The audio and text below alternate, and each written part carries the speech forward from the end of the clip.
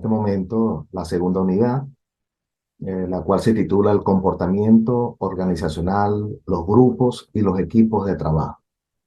Para ello me permito leer mi visión de cómo entender la organización humana. Decimos que es un entramado cultural de relaciones humanas intersubjetivadas, tanto jerárquicas como heterárquicas, que procura acciones planificadas para lograr un fin, un propósito, un objetivo y una meta, en atención a una filosofía de gestión, a un tiempo histórico determinado, que requiere respuestas asertivas en lo formal y en lo cotidiano, a la consideración de los valores compartidos del talento humano en un contexto social complejo que busca cambiar y trascender. Vamos a desagregar algunos elementos de esta visión, la cual hemos construido en el tiempo, ya sea por experiencias, por vivencias y por ese escudriñamiento intelectual que muchas veces hemos querido asumir en atención a confrontarnos con esas visiones actuales y futuras. Eh, Siempre estamos hablando de la jerarquía, nunca hablamos de la heterarquía, es decir, cómo nos vemos como iguales, a pesar de que yo soy el gerente y mi par es el subgerente o es sencillamente el coordinador o jefe de una unidad. Tuve la satisfacción de ser tutor de una tesis doctoral que tenía que ver con elementos heterárquicos. Muy interesante la construcción que hace el participante, hoy en día doctor, es decir, cuando tuvo que presentar su investigación doctoral, llamaba la atención porque de alguna forma hemos tenido siempre la tradición de ver la relación del que está arriba con el que está abajo o viceversa, nunca la relación entre iguales. Y evidentemente esto puede sonar un poco idealista, utópico, pero es una forma de ver la visión compartida de la gerencia, cómo entre todos podemos construir un escenario prospectivo de la gerencia. Eh, la filosofía de gestión. Independientemente de la empresa en la cual estemos trabajando o de la organización o institución en la cual estemos laborando, debe existir una filosofía de gestión. Dirán algunos, ya sea una filosofía para construir o destruir, pero debemos de alguna manera asumir una filosofía de gestión, que en nuestro caso tiene que ser una filosofía que construya, que crea en el otro, que de alguna manera dé respuestas a su entorno social. Más adelante, por cierto, estaremos hablando de lo que es el valor de la responsabilidad social, que en términos académicos se conocía mucho como pertinencia, ¿no? Hasta qué punto nuestra acción educativa, pedagógica, de investigación, de extensión a la comunidad era pertinente. Hoy en día, al hablar de responsabilidad social, es que se nos está exigiendo que seamos responsables ante nuestra sociedad. Eh, Pareciera es que siendo dueños o gerentes de una gran empresa o una empresa mediana o pequeña, tenemos muchos ojos que nos están viendo. Y no son los ojos de los compradores, por cierto, ni de los a quienes le podemos estar brindando servicio. Son los ojos que tienen que ver con nuestra calidad de vida. ¿Cuál es el ejemplo que estamos brindando en ese sentido? Responder a un tiempo histórico. Ya decíamos en la otra unidad, el tiempo histórico que tiene que ver con, por ejemplo, el manejo de las redes sociales. Ya hoy en día, eh, en el penso de estudio de un comunicador social, existe materias, asignaturas, cátedras que tienen que ver con el manejo de las community managers o management, es decir, de las redes sociales en general. Y creo que en tiempos de pandemia hemos sido grandes testigos al respecto. Eh, Cómo compartimos los valores, ya más allá de que seamos considerados como un recurso humano, estamos hablando de talento. Cada uno de nosotros tiene un talento que tiene que estar a disposición, a la orden de esa organización. Y la organización somos todos. La organización como un colectivo está por encima de mí, de nosotros como individuos. Y por supuesto, sabemos que estamos en un momento histórico complejo donde lo que hoy pueda ser ápice para brindar respuestas aparentemente claras y fluidas dentro de 2, 3 años, si no antes, sabremos que eso ya estará obsoleto y tendremos que haber pensado en otras soluciones porque hay otros problemas. Ahora, ¿cómo lo vemos nosotros? ¿Quiénes son los que conforman esa organización? Y cuando hablamos de organización, hablamos de individuos, estamos hablando de hombres, de mujeres, de seres espirituales que tienen familias, que tienen ansiedades, que tienen proyectos, que tienen de alguna manera una forma de ver las cosas. Algunos son militantes de alguna religión X o Y, tienen posturas ideológicas diferentes, muchas veces encontradas, ni hablar de lo político, en fin. Como lo veo yo, es una instancia colectiva de voluntades que persiguen un mismo fin organizacional, expresado en propósitos, objetivos y metas, que asumen el valor proactivo del conocimiento, la acción y la disciplina del ser que convive con el otro. El interés colectivo se ubica en una dimensión superior al interés individual, lo cual deviene en un adecuado aprendizaje organizacional sobre la base de un claro liderazgo que permite una toma de decisiones inteligente, a diferencia de un grupo de trabajo que no tiene un propósito definido ni un desempeño orientado hacia los valores de un colectivo. Entonces, en esa desagregación conceptual de lo que estamos entendiendo como equipos de trabajo, hay elementos o atributos dignos de tomar en consideración. El respeto al ser y el respeto a la convivencia de ese ser con el otro, lo que llamaríamos el valor de la otredad, el valor de la alteridad. Esto es fundamental y hemos querido en este primer módulo hacer bastante énfasis en eso, porque cuando hablamos de, por ejemplo, de rendiciones de cuentas, tiene que haber un valor ético en las mismas. Eh, Cuando hablamos, por ejemplo, de planificar estratégicamente mi acción gerencial, tiene que haber un valor ético que sustenta, que va de alguna manera a soportar, apoyar esa visión prospectiva y que va a ser sostenible en el tiempo. Y esa es la historia de las grandes empresas, las grandes organizaciones humanas, no solamente del mundo desarrollado, sino, por ejemplo, del mundo latinoamericano. ¿Cuáles son esos ejemplos que están en ese contexto, permeando de alguna forma mi modelaje? Y todo nos podemos dar cuenta que no se traduce en dinero, en bienes materiales, sino que se traduce en visión. Cuando, por ejemplo, hablamos de la organización que aprende, por supuesto, siempre subyace una noción educativa, una noción pedagógica, por eso es que estamos siempre pendientes, unos cuantos de nosotros, del seminario, del curso, del taller que nos puedan brindar, si hay una gerencia que de alguna manera está preocupada al respecto, hay a lo mejor una unidad que se llame de capacitación, de adiestramiento, y esto es importante. Cuando esa alta gerencia se da cuenta de que es una inversión y no un gasto, porque de alguna forma me va a dar resultados en un tiempo perentorio y en un tiempo inmediato.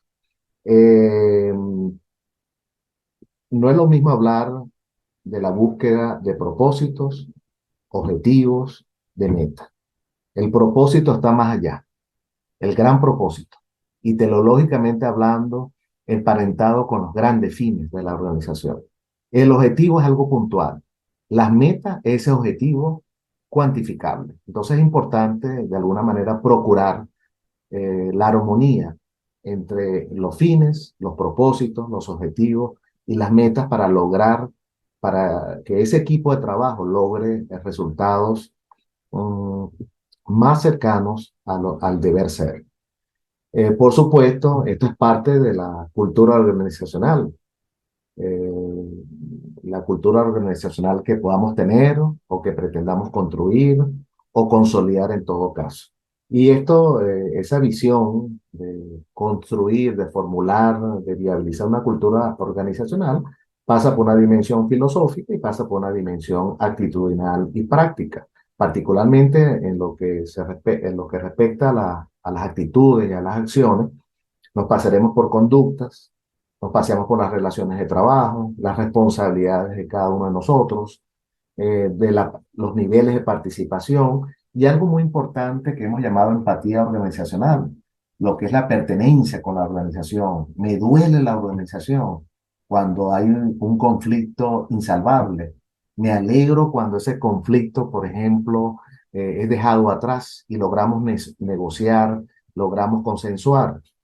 Eh, Mi visión con respecto a la cultura organizacional se define por diferentes atributos. Por una parte, por esa visión que tenemos de la identidad propia, de nuestra identidad propia ante el entorno. Es decir, cuál es nuestra tarjeta o carta de presentación ante ese entorno. Esa visión teleológica, ¿para qué existimos? ¿Cuál es el fin? ¿Cuál es el gran propósito? De qué manera estamos nosotros construyendo nuestras competencias colectivas. Individualmente hablando, podemos ser muy inteligentes, muy diestros, con un gran manejo de la técnica, pero hasta qué punto estamos poniendo eso al servicio de un colectivo para que esa organización sea grande. ¿Cuál es nuestra visión trascendental en nuestra cotidianidad gerencial, en nuestra convivencia interna y externa? Es decir, ¿cuál es nuestro clima organizacional? ¿Cómo convivimos entre nosotros y cómo convivimos con ese entorno? ¿Cuál es realmente la imagen que damos ante ese entorno? Es un poco difícil si no tenemos buenas relaciones humanas, eh, si nuestros niveles de interacción no están en los mejores espacios, estar dando una buena imagen al entorno. Entonces, ¿hasta qué punto hemos tratado de conciliar esa cotidianidad en nuestra organización con nuestro entorno? ¿Cuál es nuestra fisonomía física y nuestro alcance tecnológico? Cuando hablamos de fisonomía, hablamos de nuestra carátula, de nuestros ambientes, de nuestra limpieza, de nuestro orden. Casi como cuando alguien va a solicitar trabajo y viene de una manera desaliñada, sea hombre o mujer, mal arreglado, mal vestido. O sea, ¿cuál es esa imagen que finalmente va a ser la imagen corporativa que estamos de alguna manera proyectando? Y el alcance tecnológico, hasta qué punto tenemos una visión tecnológica clara de tener buenos terminales de computadoras, de tener un buen internet, de tener realmente una atención, vamos a decir, clara, diáfana en el manejo de las redes sociales. O sea, en otras palabras, ¿cuál es nuestra carátula? ¿Cuál es el rostro que ofrecemos nosotros a ese entorno? Los valores que profesamos. Podríamos formular muchos valores, el valor de la solidaridad, la compasividad de lo que pueda estar ocurriendo, bueno o malo, a nuestro alrededor, y nuestra visión prospectiva de crecimiento, hasta dónde queremos llegar, hasta dónde tenemos apertura para cambiar, cuáles son los paradigmas que estamos manejando que hacen fluida esa actitud de cambio o que hace pecaminosa, tortuosa, porque realmente tenemos unos modelos mentales bastante dogmáticos, por no decir que ortodoxos. Por supuesto que esto nos lleva a hablar de la cultura de cambio.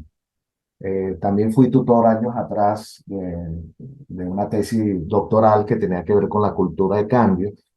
Y el doctor Freddy Escalona, y quiero respetar su autoría, expresaba que la cultura de cambio es un pilar fundamental asociado a la personalidad del hombre.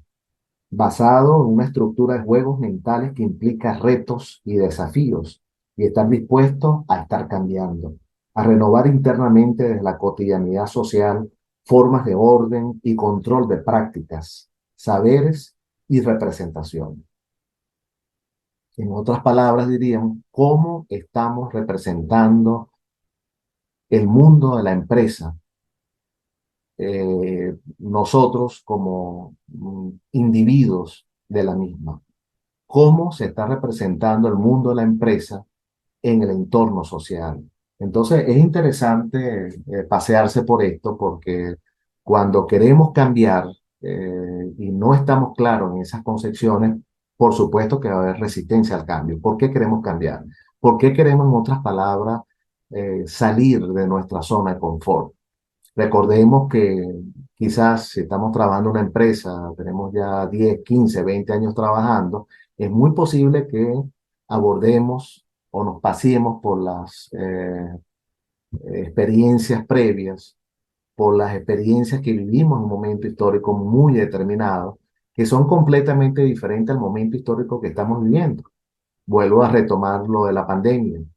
La pandemia ha marcado un antes y un después, y esto no lo quiero decir de manera dramática, pero sí ha marcado un antes y un después, y tenemos que tener una gran capacidad de adaptación. La pandemia vista como un elemento de orden universal, planetario, humano, hizo de alguna forma hacer temblar a las estructuras organizacionales humanas. Ni nuestros padres, por supuesto, ni nuestra generación, ni nuestros padres, nuestros abuelos, habían vivido, los bisabuelos quizás de muchos de ustedes, habían vivido estos tiempos de pandemia universales. Estos tiempos han habido pandemias localizadas en ciertas regiones del mundo, pero una pandemia universal como la acabamos de vivir, no se había vivido, no se había vivenciado. Entonces, de alguna manera esto ha afectado, vamos a pensar que para bien, a nuestras organizaciones porque hemos tenido que asumir otros rumbos, otra forma de hacer las cosas, otra manera de representar a ese mundo. Eh, Según John Carroll, ¿qué significa educar cuando estamos hablando de cultura de cambio? Comunicar. ¿Qué significa participar? Involucrar. ¿Qué significa facilitar? Apoyar. ¿Qué significa negociar? Acordar. Yo agregaría otro atributo, consensuar. Si tenemos posiciones diferentes, asimétricamente hablando, tenemos que consensuar. Eh, por otra parte, también eh, pensamos, bueno, ¿cómo vamos a liderizar estos procesos gerenciales cuando hablamos de cultura organizacional, cuando hablamos de cambio o resistencia al mismo? Hablemos un poco sobre el liderazgo. Otras pinceladas. Tenemos material en este bloque de la unidad número 2 para poder consultar y seguir ampliando nuestras visiones. No se puede asumir de forma descontextualizada el liderazgo organizacional del gerente. Dicho liderazgo organizacional no debe sustraerse ni disociarse de factores multidimensionales que sustentarán su filosofía, práctica y orientación prospectiva gerencial. El verdadero líder visualiza desde muy arriba qué es lo que debe hacer o cómo deben hacerse las cosas. No se parcela en sus visiones. De allí que hablemos de varios tipos de liderazgo. Liderazgo democrático, el que comparte sus tomas de decisiones sin más ni menos. El liderazgo autocrático, el que no consulta, hace las cosas porque, bueno, él se las sabe todas. El liderazgo laissez-faire, que no es otra cosa que dejar hacer, dejar pasar y que por supuesto tiene, como estamos diciendo, una autoridad ambigua. El liderazgo estratégico, que asume pensamiento estratégico independientemente de los riesgos que se toman.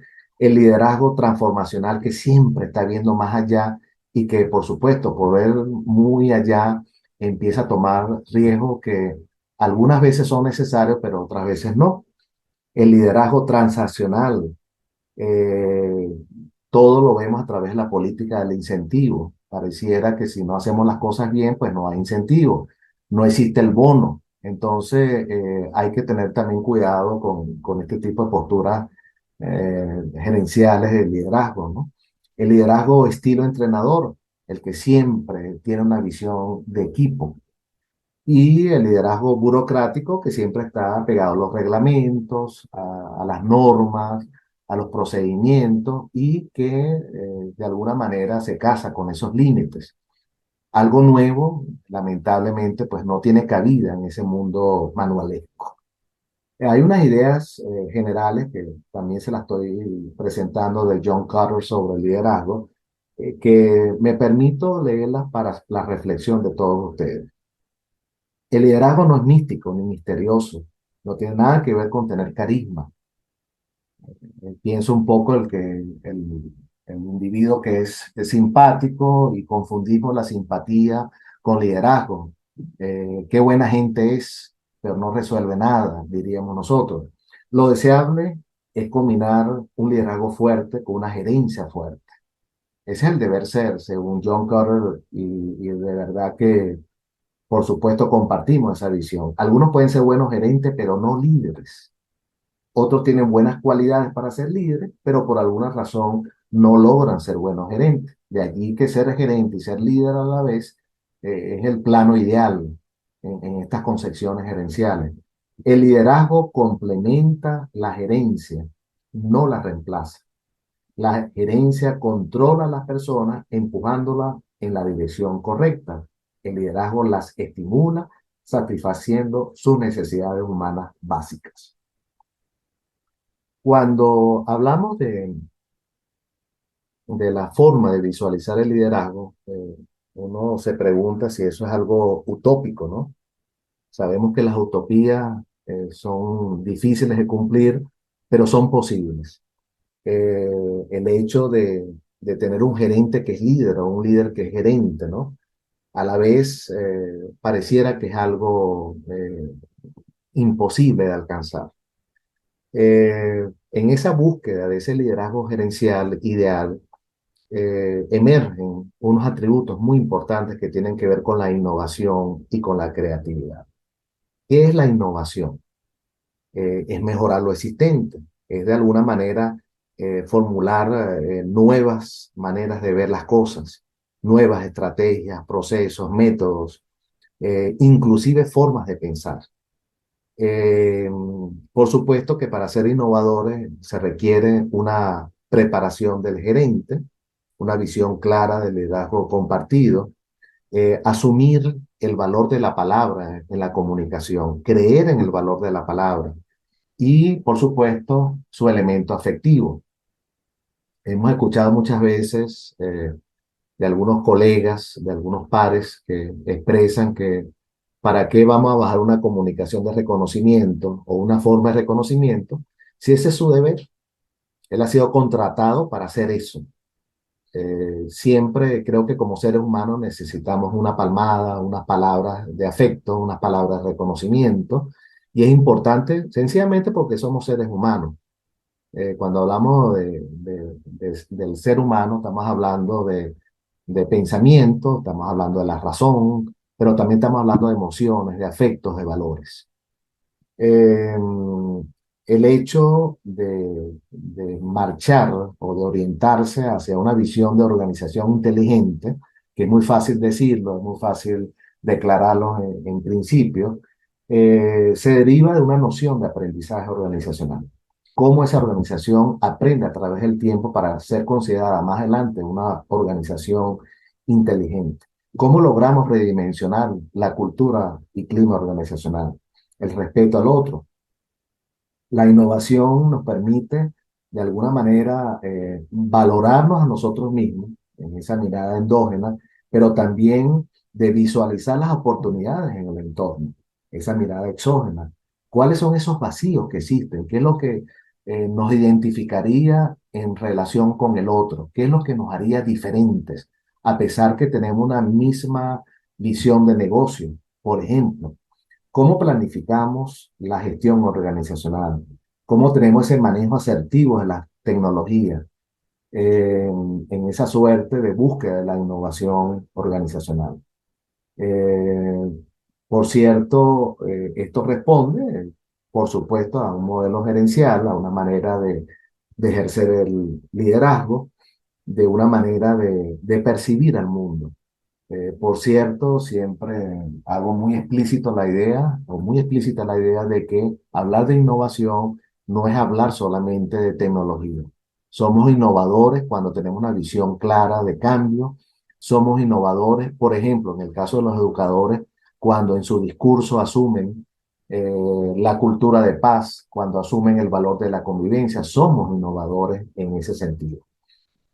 Pero también hablamos de creatividad. La creatividad por lo general es innata. Nacemos, somos creativos desde niños, si es que realmente lo asumimos como un talento humano natural, pero también se puede construir en términos de aprendizaje. La misma no es medible. Tú eres más creativo, menos creativo, del 1 al 5. Bueno, tú tienes 5, yo tengo 3. Eh, el hecho de hablar de creatividad es una oportunidad para fantasear, es intuitiva, es interesante cuando nos encontramos con algún gerente, algún líder que intuye y ve más allá y por lo general tiene razón de sus intuiciones. Eh, y de alguna manera, en términos muy subjetivos, la intuición, la percepción se convierten en elementos muy importantes, más allá de la inteligencia, más allá del control de los procesos. Y de allí que hablemos de organizaciones inteligentes. Eh, Cómo consensuar, cómo asumir la intersubjetividad cuando tomamos decisiones. Hay técnicas que de alguna manera nos llevan a ser creativos.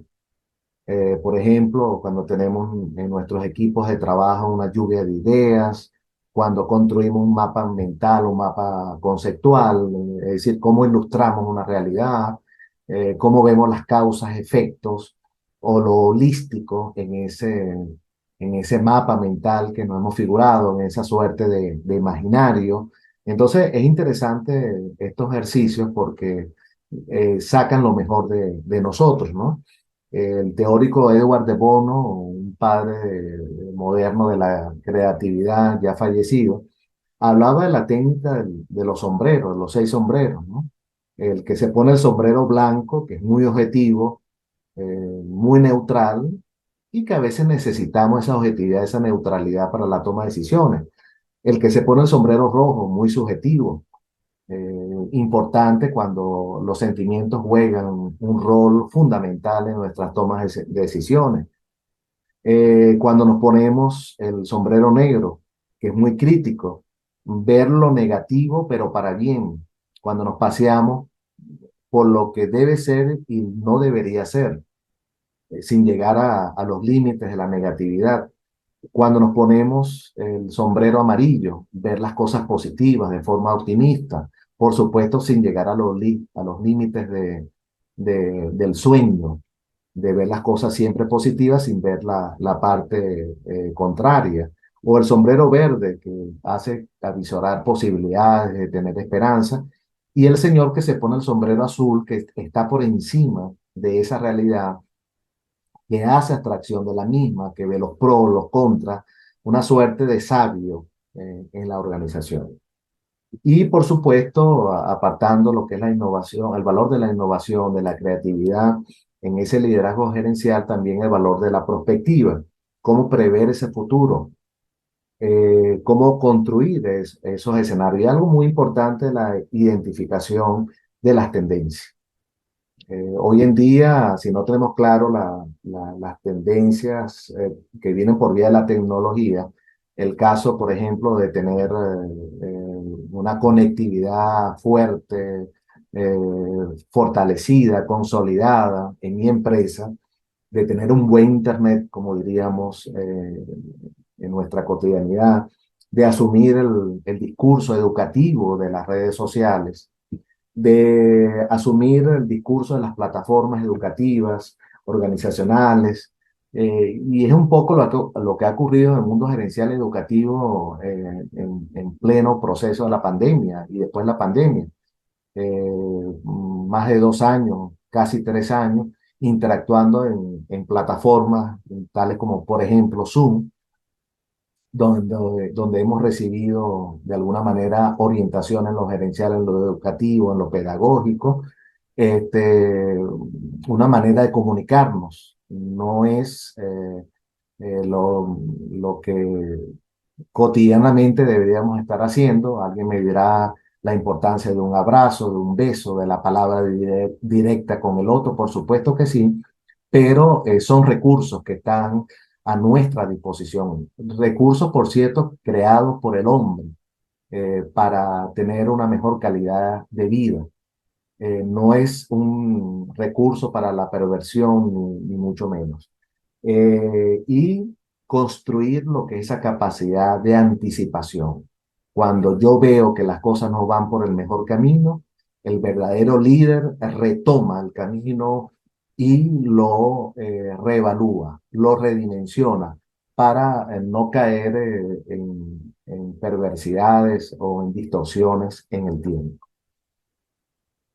Hay entonces unos retos prospectivos de la gerencia, la necesidad de formar un equipo gerencial que propicie un clima que promueva la reflexión, la creatividad, la innovación, que genere un mayor compromiso. Rigoberto Lanz, un venezolano ya fallecido, que tuvo una construcción académica muy importante en relación a cómo ver los cambios, las reformas en las organizaciones humanas. Él expresaba que construir consenso para cambiar de verdad es un arte. Me permito leer eh, su pensamiento textual. No basta con tener razón, disponer transitoriamente de alguna cuota de poder. Las reformas se hacen con la gente. Las reformas no pueden imponerse artificialmente por mandato burocrático. Por ello, hay que tomarse en serio el trabajo de incorporación de la gente, la tarea inaplazable de construir colectivamente. Por cierto, con el doctor Rigoberto Lanz teníamos diferencias de orden ideológica en lo intelectual, pero coincidíamos plenamente en esa visión de lo que es la reforma, la transformación. Eh, Creo que el llamado es a tomar distancia con el dogmatismo, con la manera cerrada de ver las cosas y de asumir que hay unos cambios de paradigma. En esos principios prospectivos de la gerencia que en lo personal hemos formulado, se trata de ver a lo lejos, ver a lo ancho, analizar en profundidad, correr riesgos, aventurarse y pensar en el hombre, en sus conductas, en sus acciones y por supuesto en sus actitudes. Muchas gracias.